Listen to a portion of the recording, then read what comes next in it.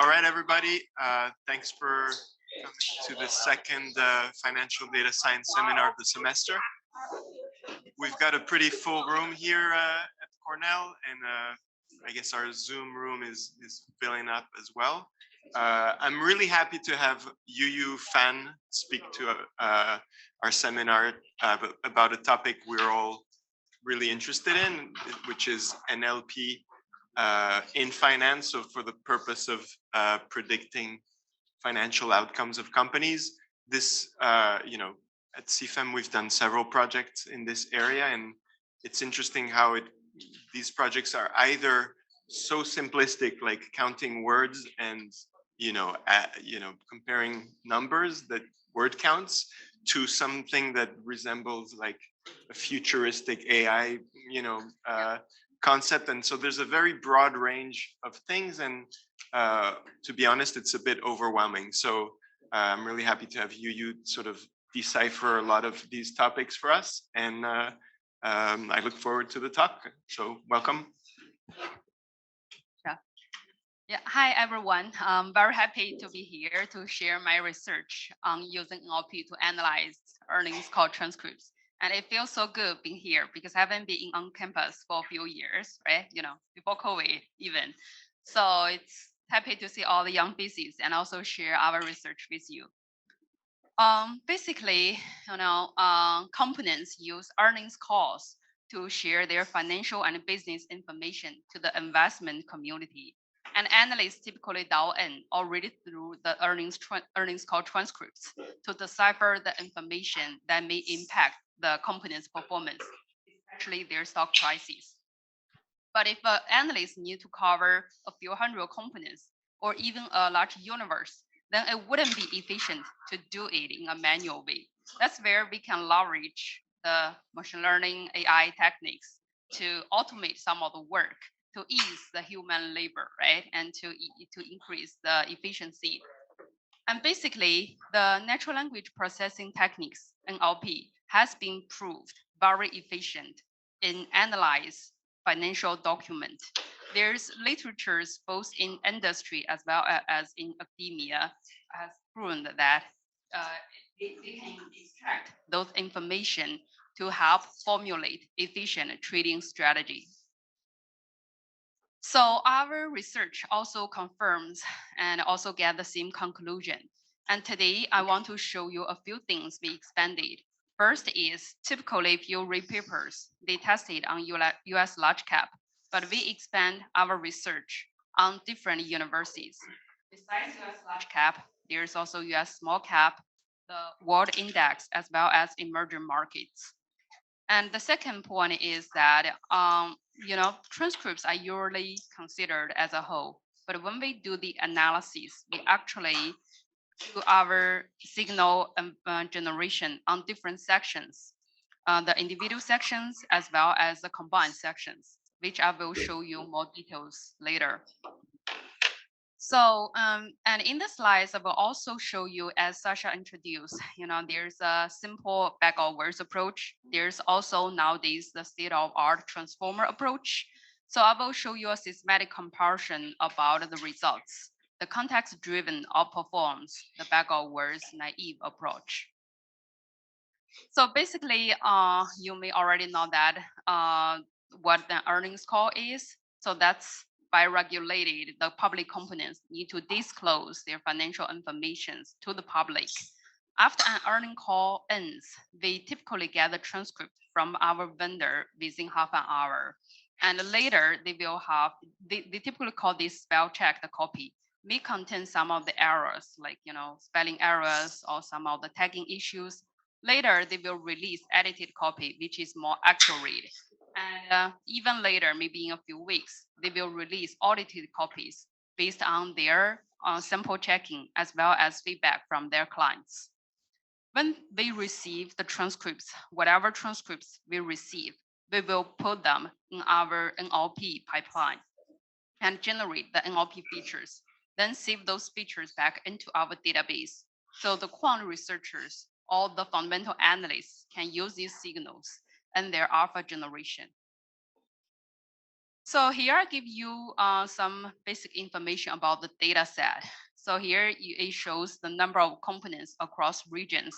You see that the data are from what we examine or do the back testing from are from 2010 to 2021, but we actually have transcripts back to 26. But those earlier years, the transcripts have much lower coverage, especially for US small cap. That's why we start from 2010. And for the United States and Canada, the number of components covered are around like 4,000. And it was pretty steady from 2010 to 2021.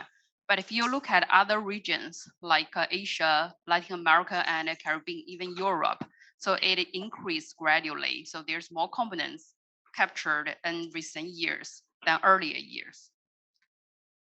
And as I mentioned, for US, it is regulated. They need to release those information quarterly. So you see around 4,000 components or 5,000 components. There's 4 calls each year, right? So quarterly. So that's why you see around 15K calls happen for the United States and Canada. But outside US, especially for Asia, if it is not regulated, it's much more sparse, the data. So recently we are doing the similar analysis on Chinese earnings call transcripts.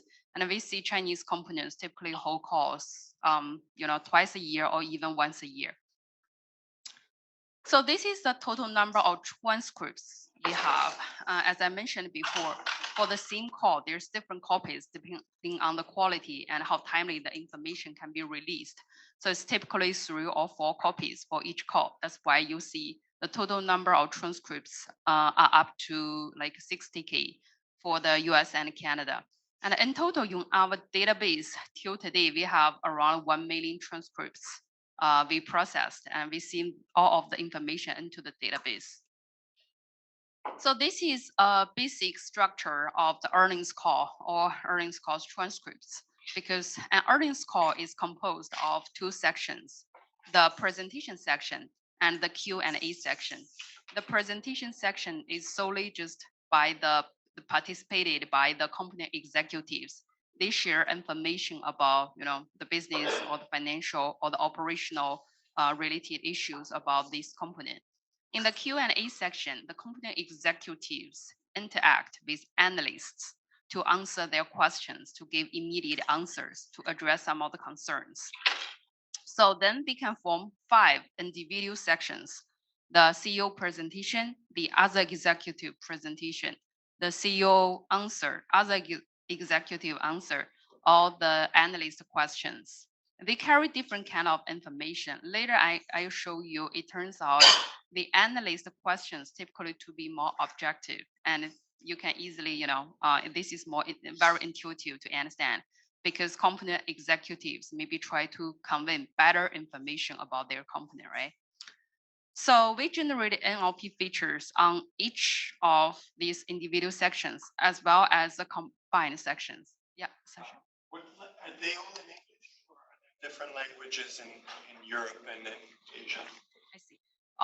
For this specific research, we only do the English transcripts, which are original English. It doesn't involve in any translation. So feel free to ask any questions in the middle if you have any questions. So we also generate the feature on the combined sections, means especially by the different type of speakers, like the executives or the all executives, or only the CEOs, or only the analyst part. So here's the 3 categories of NLP features we generated. Basically, they fall into 3 broad categories. The first one is sentiment, because sentiment features are very widely used in financial text analysis, and it is divided into 2 categories. One is the dictionary based, the other is the context driven. And for others, it has the counts.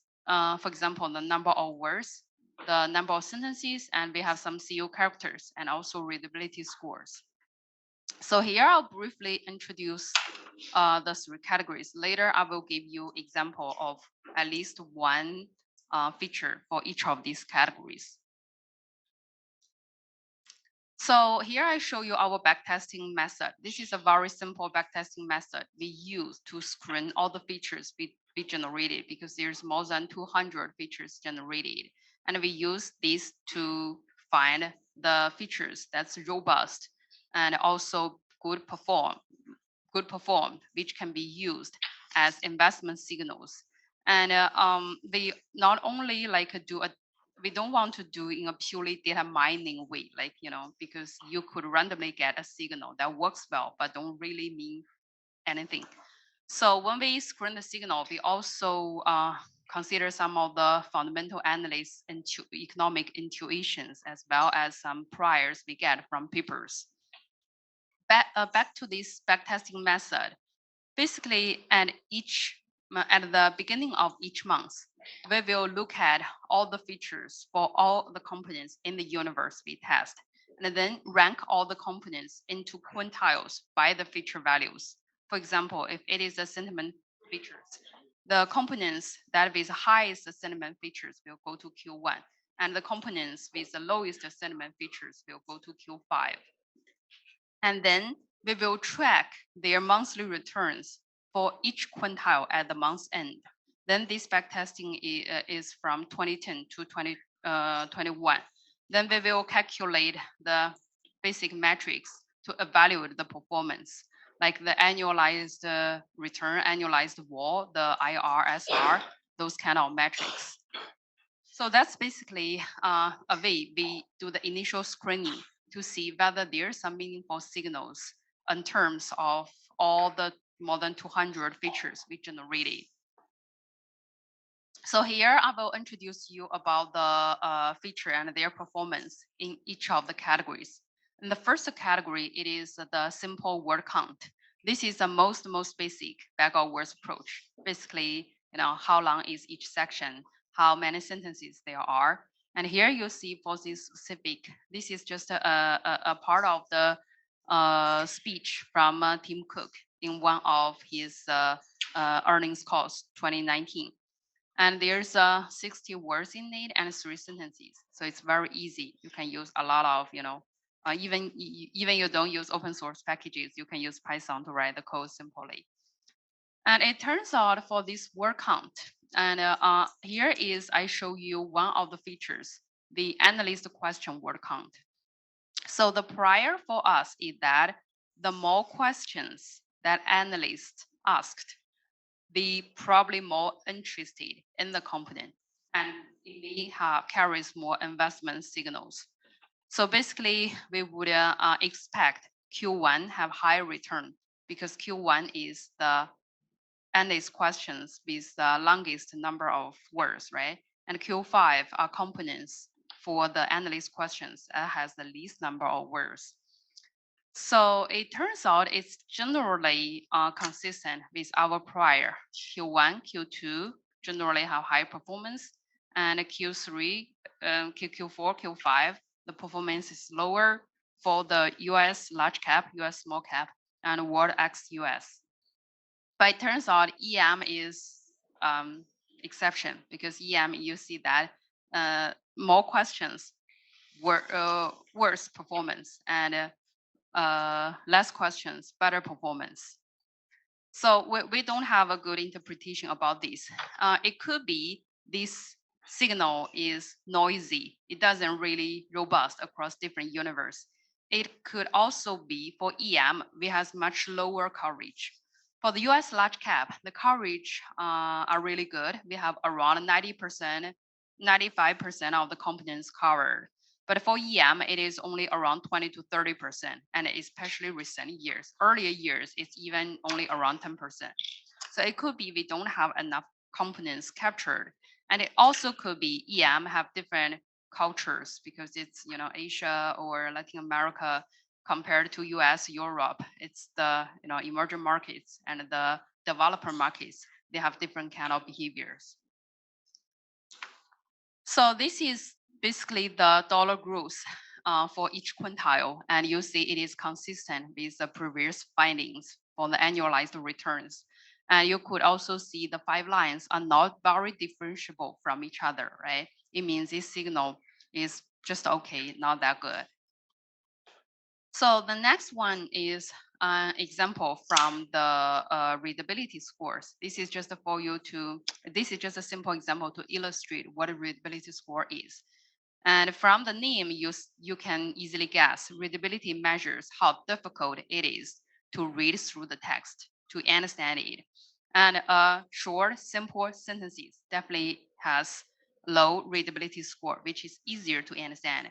And a very complex, long sentence have a higher readability score, which is difficult to understand. There's different metrics. Yeah. Do you need to label the readability? I mean, will you train the model? Do you need to label this text to be easy to read? It's how to calculate the readability scores, right? Yeah, that's what I'm going to see. There's different metrics you can directly use to measure the readability scores. They typically dictionary based, and they typically have two focuses. One is the number of difficulty words. Some of the metrics, they are based on a list of difficult words. And only higher educated person may be exposed or often use that words. So, and another is the sentence length, like how many sentences or how many syllables.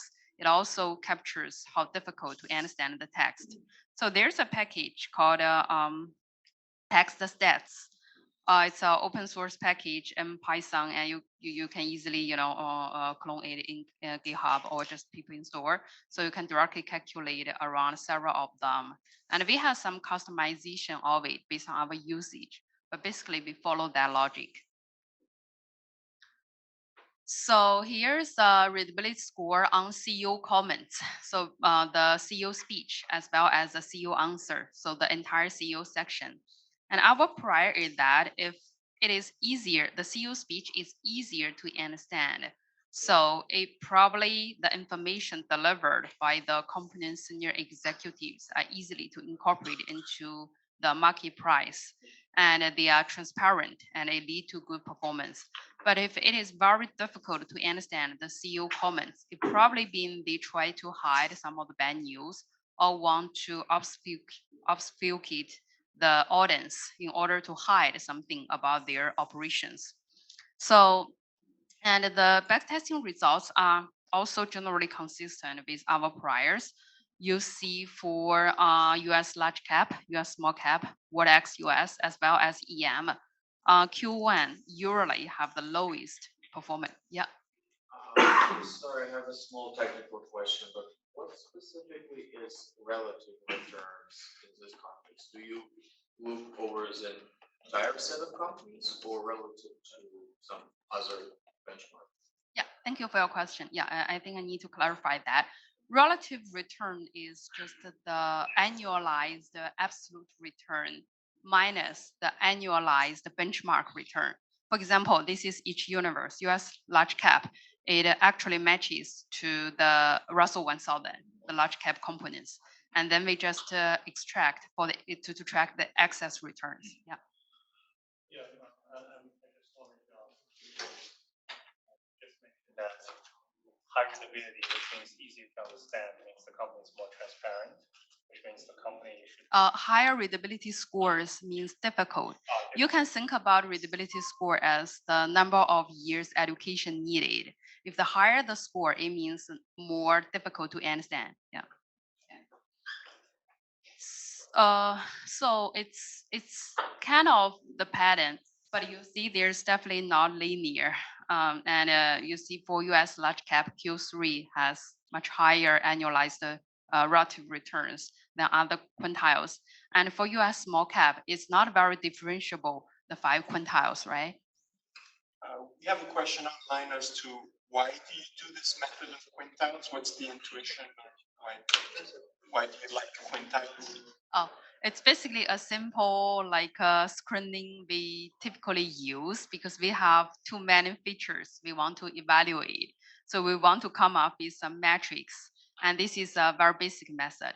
Once we have some recommendations about the really good performed features and also consistent with the economic priors, we would recommend to the investment teams, and they will use more complicated backtesting strategy as well as simulations to do more testing instead of just this quintile screening. So here's a dollar growth of the 5 quintiles based on these readability scores on CEO comments. And you see that for the US small cap, the 5 quintiles are very close to each other, not very differentiable, right? So here is the sentiment scores. Yeah. How do you decide when to rebalance? Since companies report their earnings at different. Yeah, that's a good question. We do it monthly rebalance, and we use transcripts that happens within the past 6 months.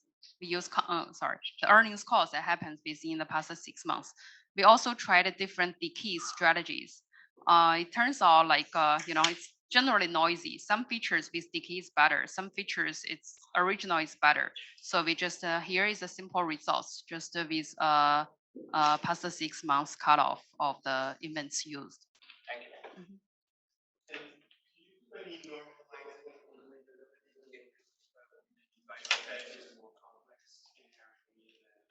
Okay. Or for a company, the relative readability compared to last month's earnings, any kind of normalization you do? We don't.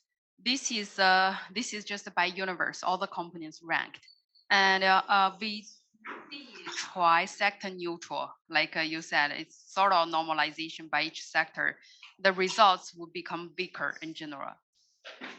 Yeah, and especially I think for the U.S. large cap, the past decade, a lot of large cap components that works well are tech components, and they usually have very high sentiment. If you do sector neutral, the selection of them will becomes less, and then it turns a little weaker results. So here's sentiment scores, and if you remember, we have 2 categories. This is the most basic, the bag of words approach, the dictionary based. And there's different dictionaries you can use, and Harvard IV4 is a very generic dictionary that originated from the psychology research. So it is not finance specific. And the Vader is more used on social media as well as short reviews because it has a very special dictionary. They even have emojis in it. And for Lofram McDonald, probably you've already heard of it. It's kind of a very popular dictionary used in financial research. The 2 professors curated the dictionary, a list of words from different categories like positive, negative, and superfluous and litigious, and so on, from the filings, the annual filings of 10K. And then after that, the original research was released in 2011. And after that, in a few years, they updated the dictionary gradually. I think the latest version now probably be in the 2021. And we also, here's a very illustrative and simple example about how you calculate sentiment using the dictionary-based approach. Basically, you will count the percentage of positive words, and then you count the percentage of negative words. Then you just subtract the 2 to get the sentiment scores. So we also have the proprietary dictionaries. We collaborated with our research analysts to customize some of the specific words they think that can convince some of the sentiment information. So we've implemented in our calculation. And here's the CEO sentiment. So this is a sentiment score based on the LM dictionary and calculated on all CEO speech, both the presentation and the answer part. And it turns out it carries more investment signal than the previous 2 examples I show you, especially on US small cap. For US large cap, there's a little like noisy because Q1 turns out not being the highest, but Q2 is. And for US small cap, it's very differentiable about the 5 quintiles. There's some noise in award X US for EM also, but generally the pattern is consistent with our priors that a higher sentiment leads to better performance. So here's the dollar growth of the 5 quintiles across the 4 universe for these specific features, CEO sentiment based on LM dictionary. And you see compared to the previous results. Those 5 lines are more differentiable. And if you look at the absolute like dollars, especially for US small cap, it's much higher than before, right? So, and based on evaluation of the different type of speakers, we also found that they have different patterns. This is just a simple mean sentiment across US large cap and based on the LM dictionary. And you see the blue line is the CEO sentiment and the yellow line is the analyst sentiment. CEO sentiment is much more positive than the analyst sentiment. And you see the big dip between it's in 2020 June. That's the components began to release their performance in 2020 Q1, which they typically bad performed during the first few months of COVID. So it leads us to think that analyst sentiment may be more reliable indicator than the CEO sentiment because CEOs may try to convey the good news to the public than all the news. And also they may use specifically now, people are all aware of those machine analysis of their speech. So they may purposely select some of the words based on those dictionaries available and then distort the analysis results towards their speech. So here's the dollar growth of the CEO and analyst sentiment based on the LM dictionary. It turns out in the earlier years, it's pretty similar. But in later years, the analyst outperforms the CEO's sentiment. So now we've covered the dictionary-based approach. Now we are going to check the context-driven sentiment. So we specifically use one of the transformer models called BERT. So BERT represents bidirectional encoder representations from transformers. So if you use transformer models, you know that transformer models are composed of the decoder and encoder. And there's different type of transformer models. We specifically use BERT because we focus on natural language understanding instead of natural language generation. And this bidirectional basically refers to when the pre-training the BERT model, the surrounding information on the left and the right are used for predicting a specific word. Because in BERT, when they pre-train the model, they actually based on 2 tasks to create the loss function. One is called masked language modeling, MLM, and the other is called next sentence prediction. And MLM has been kind of a standard for pre-training the transformer models. Basically, what it means is for the whole corpus, you will selectively mask some of the words and then use the surrounding information to predict it. The assumption behind that is the meaning of a word can be inferred based on the context around it, right? So if you look at this example, I am going to the paper. So this is a fill in blanks question. If I only give you the information before the blank, you have a lot of options to put here. You can see I'm going to work, I'm going to home, right? And so you even don't know it is a verb or it is a noun, right? But if I give you the information behind it, the paper, you definitely know it should be a verb. I'm going to read the paper, I'm going to cut the paper. So that's why the probability to get the correct masked word predicted, as well as infer its meaning, is higher if you based on both directions information. And the second component is called the encoder representation. So transformers are composed of 2 parts, the encoder and the decoder.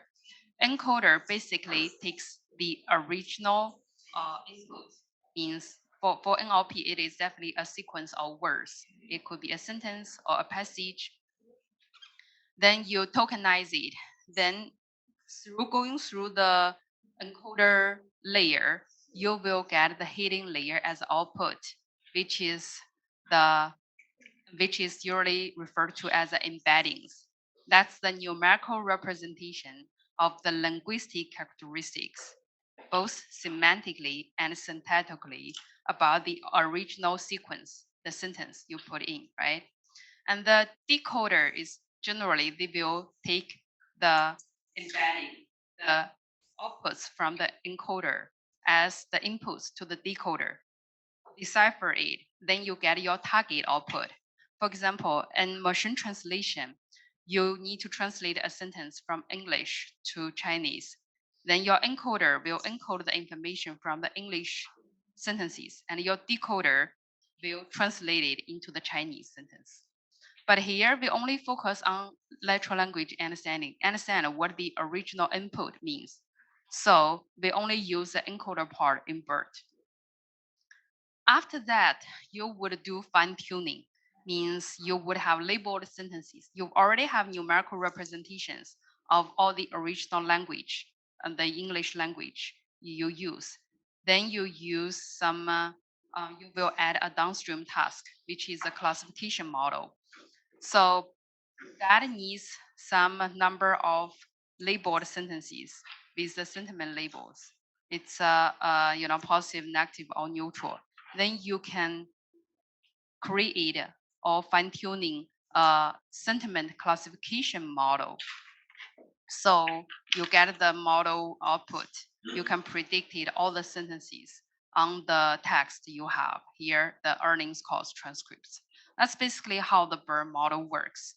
Basically, the embeddings you get from the BERT model, it can represent the information from the entire sentence. And the pre-training takes some time and needs some computational power. But nowadays, there's a lot of open source and already good quality pre-trained model you can directly leverage. You just do the fine-tuning part, which is much easier, right? Yep. I just want to ask, how do you label the sentiment? Oh, we actually have 3 data sets we use. One of it is publicly available. It's called Financial Freeze Bank. And they have 5,000 sentences, and they have 16 annotators to label them as positive, negative, neutral. And we only use around 2,200, which are all 100% consistent on the labels. Then our team, we self-labeled a little more than 1,000 sentences from earnings transcripts. We also add some other type of sentences, like greeting sentences, to specifically target those neutrals from the earnings calls, because there's a lot of greeting sentences in earnings calls transcripts. Yeah, that's basically how we do it. At the end, we have around 3,300 sentences for fine tuning. So here is a also illustrative example about the sentiment on the sentence level between the comparison between the dictionary-based sentiment and the context-driven, the BERT-based sentiment. So if you look at the first sentence, by the way, the sentiment score ranges from -1 to 1, with -1 means it's very negative, 1 means it's very positive, and 0 means it is neutral. So the first sentence, thanks for taking the questions. Question is a negative word in the LM dictionary because the LM dictionary curated from the filings. And filings, if you see something question or questionable, it is problematic means. So, and there's no positive words in this sentence. That's why you get -0.20 in LM dictionary as its sentiment. But if you look at the sentiment from the BERT model, it's 0.07. So it's already captured. It is a very neutral sentence. And the next sentence, nice quarter, because it is in the earnings calls, there's questions part. So analyst could be use very speaking language. And nice or quarter doesn't carry any of the sentiment information from the LM dictionary, but the BERT-based model captures it is a very positive sentence. It's with a sentiment as 0.72. So this model takes a sentence and outputs a number, but that number is not sentiment. You use that number that the BERT model outputs to train us on, classified sentences. Is that what? So there's a Yeah, generally like that. This BERT model is, spits out a number. That's all it does, right? yeah, it has an embedding, which is a vector to represent the meaning of each sentence. A And vector. yeah, you could think that vector as a features for this sentence. Then you have the classification label. We have the 3,000 sentences. And classification label, then you can create a classification layer, which is at the end becomes a classification model. Yeah. And it outputs, sorry, yeah, go ahead. I think you just mentioned you use around 3,300 sentences for the fine tuning part. So how much difference do you see by using these examples to fine tune the BERT compared to just using the BERT without the fine tuning? The original pre-trained BERT model, it doesn't have the classification layer. So it only gives you the final embeddings to represent the original sentence. So you can think the original pre-trained BERT model as a feature engineering layer. So now you have features. You need to have some labels in order to have a classification model. Okay. Yeah, but yeah, sorry, go ahead. The thing about BERT is that it can transform sentences that it hasn't seen before.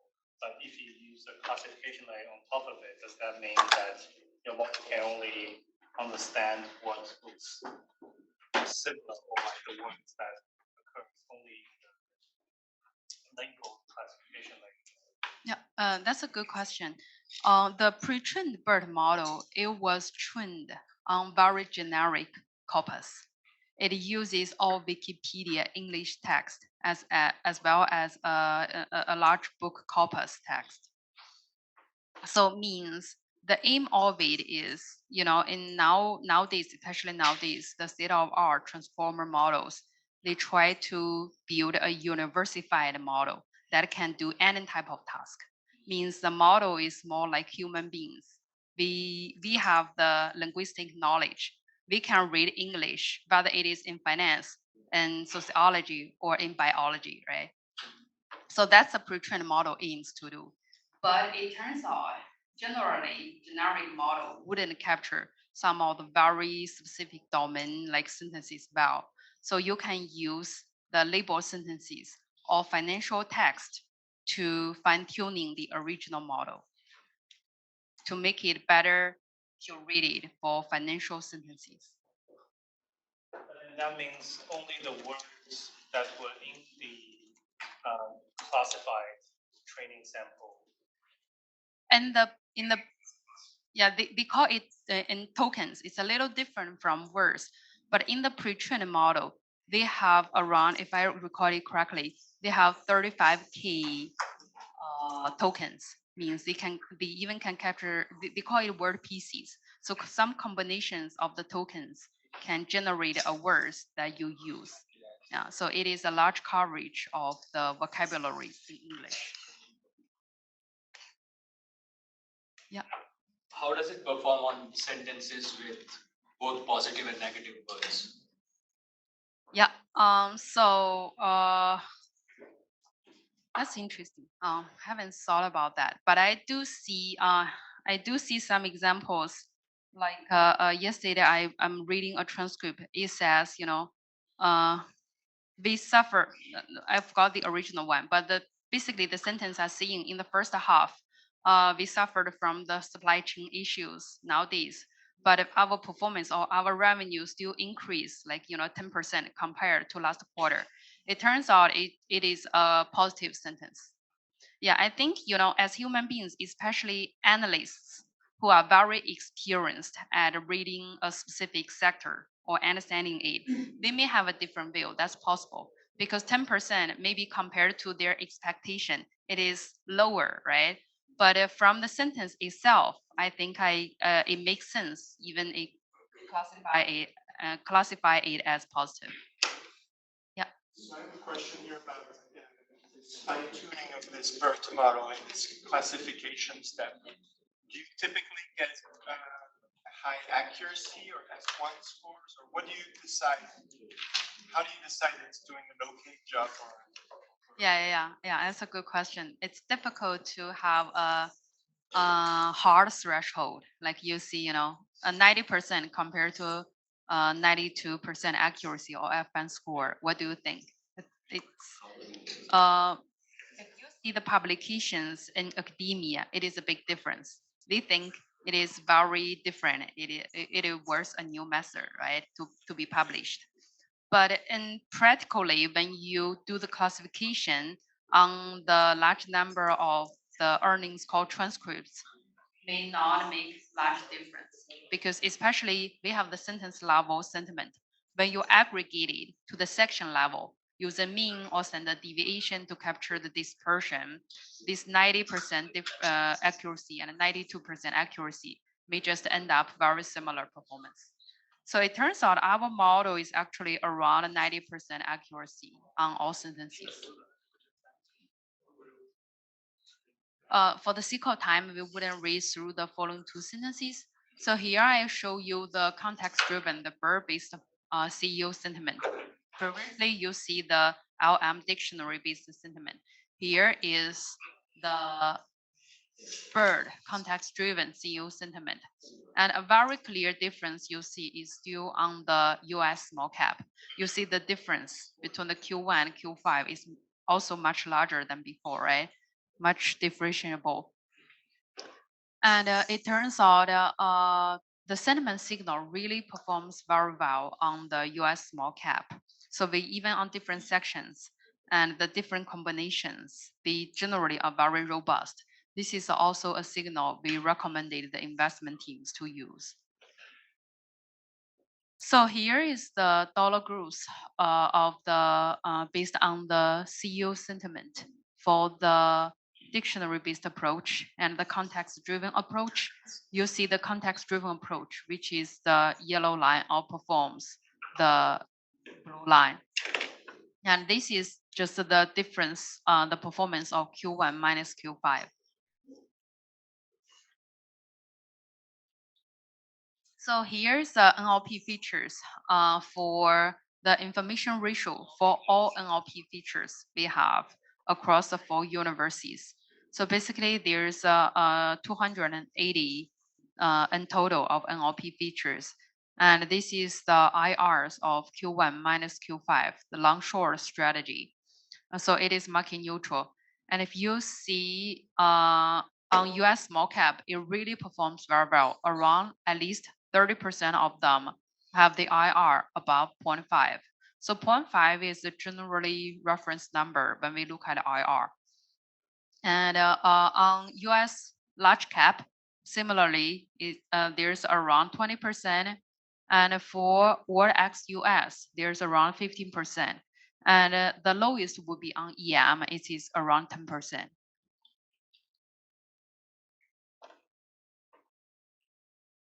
Yeah, basically there's the content of the research I want to share with you. And we actually published the paper which has more details about the comparison, especially on the results part. And we think those NLP features are very promising for to be used as quant signals to form efficient trading strategies. And companies also adapting their semantic speech to adjust to the machine analysis on their reports or documents. So it will be we are doing more research in order to adjust that. And also we are doing some data augmentation. As you ask, 3,000 and 300 sentences are kind of okay to be used, but there's definitely room to improve. So we are working on data augmentation, which we tried a few methods, which I don't have time, and so I don't include here. But if you're interested, we can discuss that part after this. Any more questions?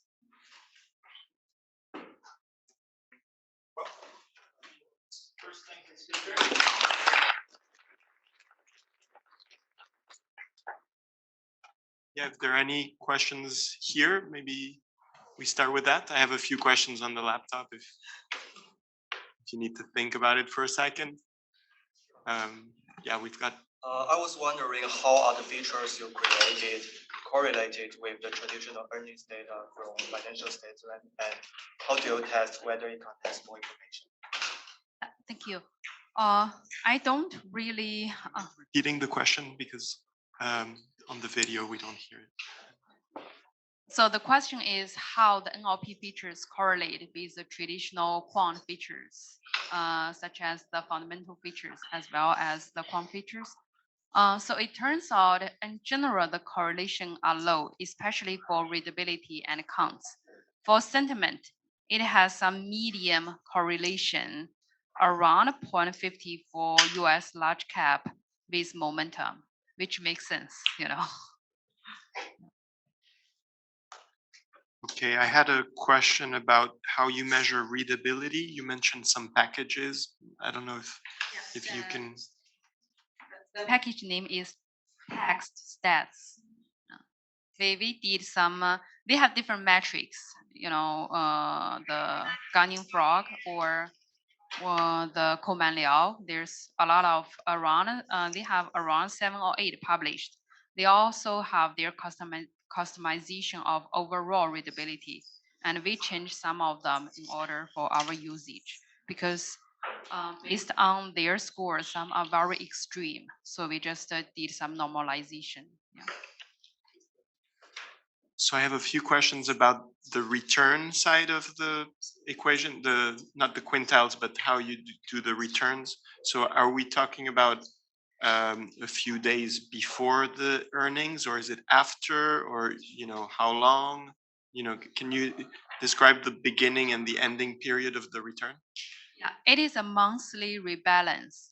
So we are tracking 1 month's returns, and it could be a few days or just 1 or 2 days after the call, and it could be as long as 3 months after the call, because the earliest we've always used the latest call or the latest information available before the rebalance date. Okay, but never before the call. It's always after. Yeah, always after. To expand on that, are you saying you don't hold the company until you either see positive or negative side of it, and then you go long short, depending on that? Sorry, could you repeat your question? I'm trying to understand the implementation. Are you saying that you wouldn't hold a company unless they have an earnings call, and if it's positive, you go long, if it's negative, you go short? Yeah, and for US large cap, they typically have a call quarterly, so most of the components are included. But as you mentioned, especially for emerging market, it has a low coverage, so it would only be the calls that has the latest information available included in those quintiles. Yeah. So I have a question online about the potential for a CEO to arbitrage the words that he's using or her. So could you explain a little bit if you've thought about this, or if it's something that you think it is from the chart. If you see the blue line, it goes from around 1 to about 1.5 before the COVID. So there's a trend based on the LM dictionary. The CEO sentiment becomes gradually more positive, the net sentiment. Yeah. Okay, so there's evidence that it's happening. Yeah. Okay. I have a question about FinBERT versus BERT. Have you tested both, or did you choose? Which one did you end up using? Yeah, I need to clarify that. So BERT is a generic model pre-trained by Google on Wikipedia text and book corpus. So the FinBERT, it's sort of a generic term. It's basically, the kind of BERT usage in finance, but there's different versions. So in our paper, there's when we come up with a method, we actually refer to a paper. The author's name is REC, and it published in 2019. So he used the BERT model and using the financial freeze bank sentences to fine tuning it, then call it FEMBERT. Then we come up with our version, we call it FEMBERT. And there's a few professors in Hong Kong Technology University.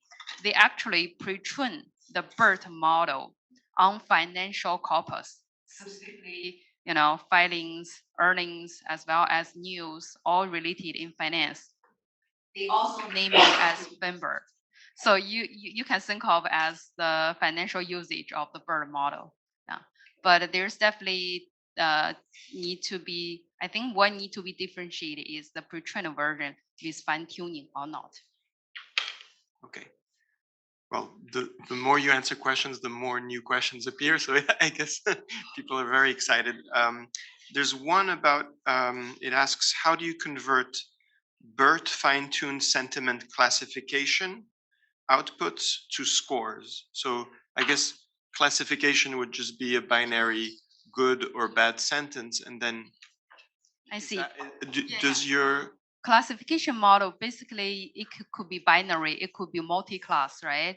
So when they fine-tuning the model, the labels we have are 3 classes, positive, negative, neutral. So it will output probabilities and it will add up to 1, like a positive is 0.60, negative is 0.20, and neutral 0.20.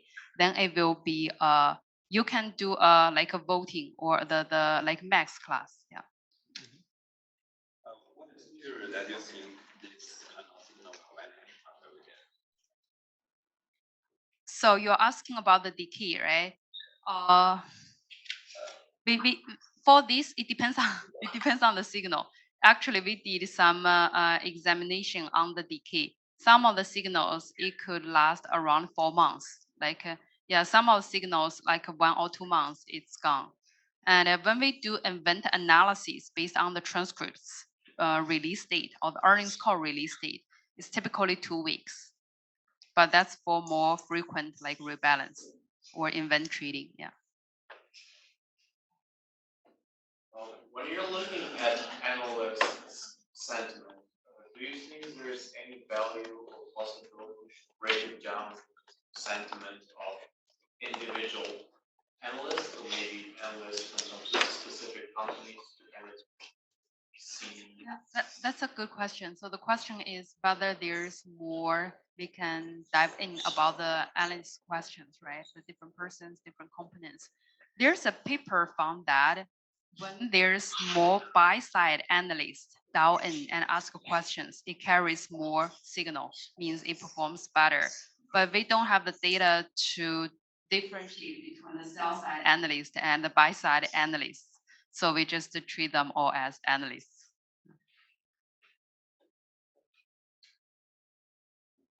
So you mentioned the 90% accuracy of, I guess, classification of the sentiment with BERT. Have you looked at differences from sector to sector, or are there sectors where this works better than others? Yeah, that's a very good question. Definitely the case, because for some of the easily understand or generically like layman person can understand sentences, it usually have very high accuracy. For example, retails or even tech components, it's good.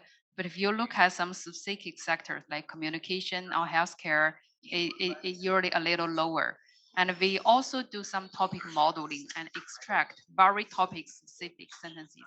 And we found that the accuracies on those sentences will be much lower, only around 60 to 70%. That's why we want to try data augmentation and working with our analysts to specifically increase those topic specific performance, the sentiment. Yeah.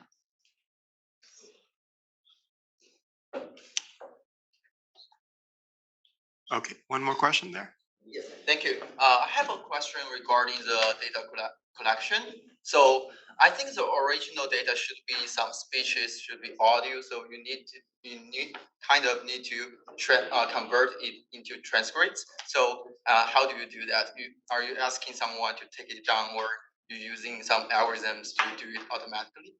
Yeah, that's a good question, and I have a short solution. We use vendors.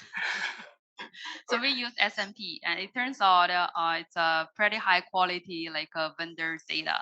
And about transcription, we do have transcription services.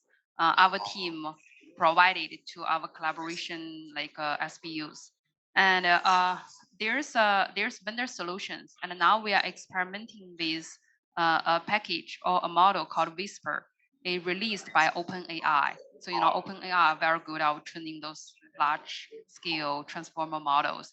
It turns out their audio qualities are pretty good when it turns to be transcripts. And they even do multilingual transcription, means you have your original video mixed of language, and they can output the English for you, English transcripts. Okay, cool. Thank you.